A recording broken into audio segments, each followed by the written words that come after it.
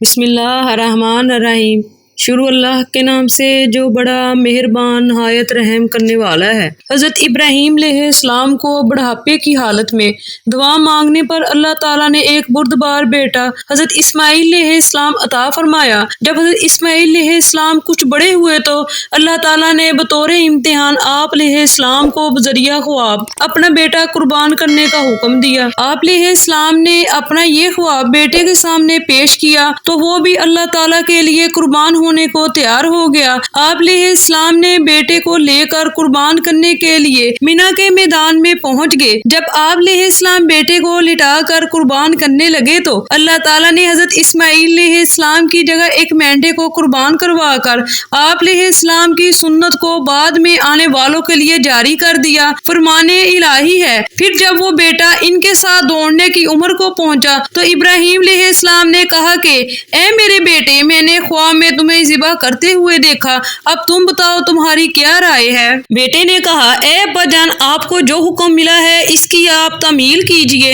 اگر اللہ نے چاہا تو آپ ضرور مجھے صبر کرنے والوں میں سے پائیں گے۔ آخر کار جب ان دونوں نے اللہ کا حکم مان لیا اور حضرت ابراہیم علیہ السلام نے بیٹے کو ذبح کرنے کے لیے پیشانی کے بل لٹا دیا تو ہم نے انہیں آواز دی، اے ابراہیم، تم نے اپنا خواب سچ کر دکھایا۔ بے شک ہم نیکی کرنے والوں کو ایسا ہی صلہ دیا کرتے ہیں۔ بلا شبہ یہ ایک بہت بڑا امتحان تھا اور ہم نے ایک بڑا مینڈا اس اسماعیل علیہ السلام کے فدیہ میں بیچ دیا اور اسماعیل علیہ السلام کو چھڑا لیا اور ہم نے ان کا ذکر خیر آئندہ آنے والی نسلوں میں باقی رکھا۔ حضرت ابراہیم علیہ السلام پر سلام ہو، ہم نیکی کرنے والوں کو اسی طرح بدلہ دیا کرتے ہیں۔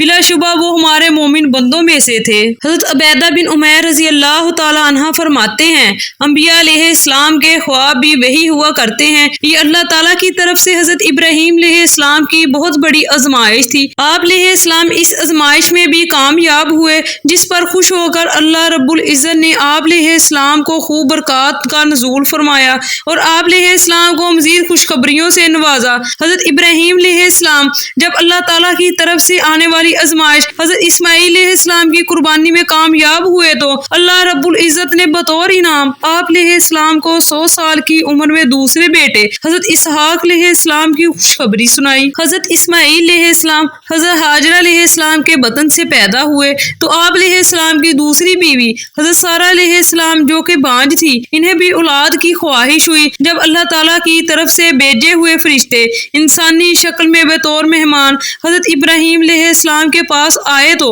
آپ علیہ السلام نے ان کی مہمان نوازی کے طور پر ایک بچڑا ذبح کیا، ان کے لیے کھانا تیار کیا، لیکن وہ چونکہ فرشتے تھے اس لیے انہوں نے کھانے کی طرف ہاتھ نہ بڑھایا تو آپ علیہ السلام کو ان کی طرف سے کچھ خوف لاحق ہوا۔ انہوں نے آپ علیہ السلام سے کہا کہ آپ خوف نہ کیجئے، ہم تو آپ کے پاس اسحاق اور یعقوب علیہ السلام کی خوشخبری لے کر آئے ہیں۔ جب فرشتوں نے بیٹے حضرت اسحاق علیہ السلام کی خوشخبری سنائی تو آپ علیہ السلام کی بیوی حضرت سارہ علیہ السلام کو بڑا تعجب ہوا۔ فرمان الہی ہے، ہمارے فرشتے حضرت ابراہیم علیہ السلام کے پاس خوشخبری لے کر پہنچے، انہیں سلام کیا، انہوں نے بھی جواب میں سلام کیا۔ پھر حضرت ابراہیم علیہ السلام جلد ہی ایک بنا ہوا بچڑا ان کی مہمان نوازی کے لیے لے آئے۔ پھر جب حضرت ابراہیم علیہ السلام نے دیکھا کہ ان کے ہاتھ تو اس کھانے کی طرف نہیں بڑھ رہے تو ان کو اجنبی سمجھ کر دل میں ان سے خوف محسوس کرنے لگے۔ انہوں نے کہا ڈرو نہیں، ہم تو قوم لوط کی طرف بھیجے گئے ہیں۔ ان کی بیوی حضرت سارہ علیہ السلام جو قریب ہی کھڑی تھی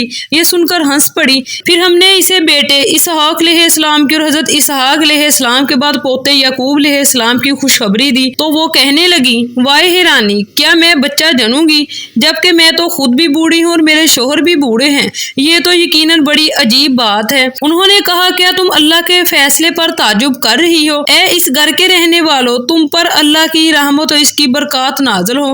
بے شک اللہ تعریفوں کے لائق بڑی شان والا ہے۔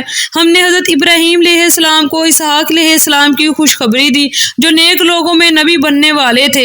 اے پیغمبر پیغمبر صلی اللہ علیہ وآلہ وسلم کہ آپ کو ابراہیم علیہ السلام کے معزز مہمانوں کی خبر پہنچی ہے۔ جب وہ حضرت ابراہیم علیہ السلام کے پاس آئے تو انہیں سلام کیا، انہوں نے سلام کا جواب دیا اور دل میں سوچا یہ اجنبی لوگ۔ پھر وہ خاموشی سے اپنے گھر والوں کے پاس گئے اور ایک موٹا تازہ بنا ہوا بچڑا لے آئے، پھر وہ مہمانوں کو پیش کیا۔ ان کے نہ کھانے پر ان سے پوچھا تم کھاتے کیوں نہیں ہو؟ پس اپنے دل میں ان سے خوف محسوس کیا تو انہوں نے کہا آپ ڈرے نہیں، اور انہوں نے آپ علیہ السلام کو ایک اہل علم بیٹے کی خوشخبری سنائی۔ یہ سن کر ان کی بیوی حیرت سے آگے بڑھی اور تعجب سے اپنے چہرے پر ہاتھ مارا اور کہا میں تو ایک بانجھ اور بوڑھی عورت ہوں۔ انہوں نے کہا تمہارے رب نے یہی فرمایا ہے، بے شک وہ خوب حکمت والا سب کچھ جانتا ہے۔